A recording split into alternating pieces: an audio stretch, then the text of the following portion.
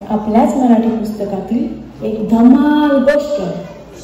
पात्र परिचय: कबूतर शिवांश फडणवीस, मुंगी निर्वम नानोटी आणि शिकारी आहे श्रीदीप पवार.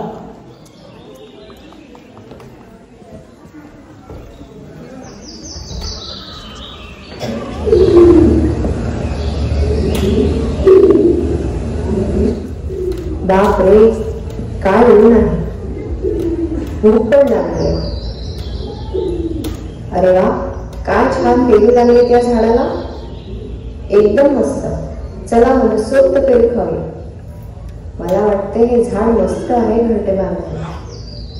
जरा उंच आहे. शेजारीच नदी पण आहे आणि आजूबाजूला इतर शेजारी पण चांगली आहे. इथंच राहू.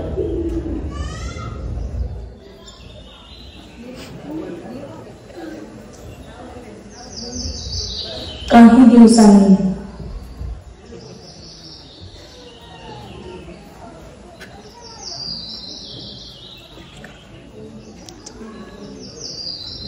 बापरे, काय ऊन पडले आहे. या झाडाखाली जरा बसूया.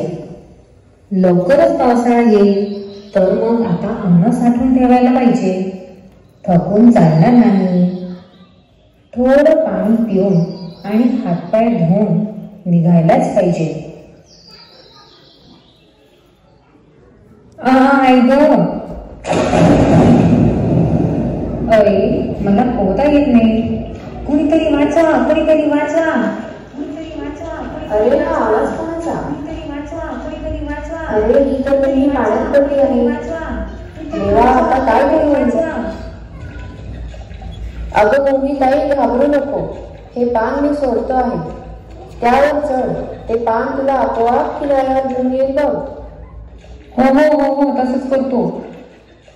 वाचले रे दादा, काय तो वेग होता पाण्याचा. कबूतर दादा, खूप खूप धन्यवाद. आज तुम्ही होता म्हणून माझा जीव वाचला.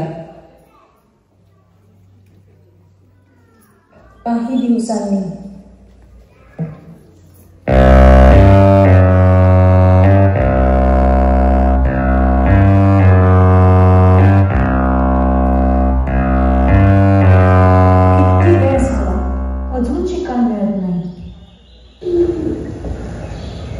अरे वा, काय मस्त शिकार मिळाली. अरे हा शिकारी नक्की काय करतोय? अरे बापरे देवा, माझ्या मित्राचा जीव धोक्यात आहे. मला काहीतरी केलंच पाहिजे.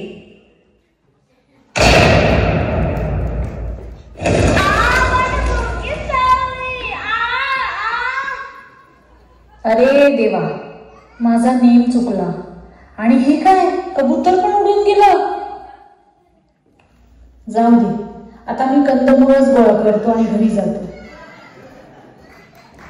तुझे खूप खूप धन्यवाद मित्रा.